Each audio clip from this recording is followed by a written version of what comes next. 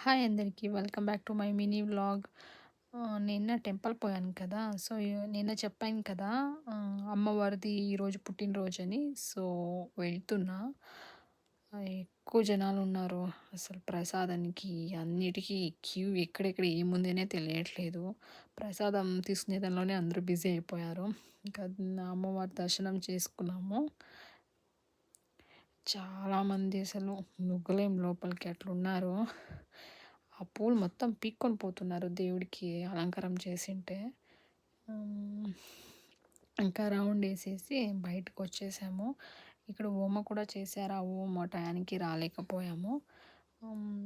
ఇంకా మొత్తం దర్శనం చేసుకొని బయటకు పోయి ప్రసాదానికని చూస్తే ఒక 2 కిలోమీటర్స్ లైనుంది. ఇంక వెళ్ళకూడదనుకున్నాము. ఇంక ప్రసాదం కదా! త్వరగానే మూవ్ అవుతుంది కాబట్టి, ఇంకా ప్రసాదం తీసుకొని ఇంటికి బయలుదేరిపోయాం.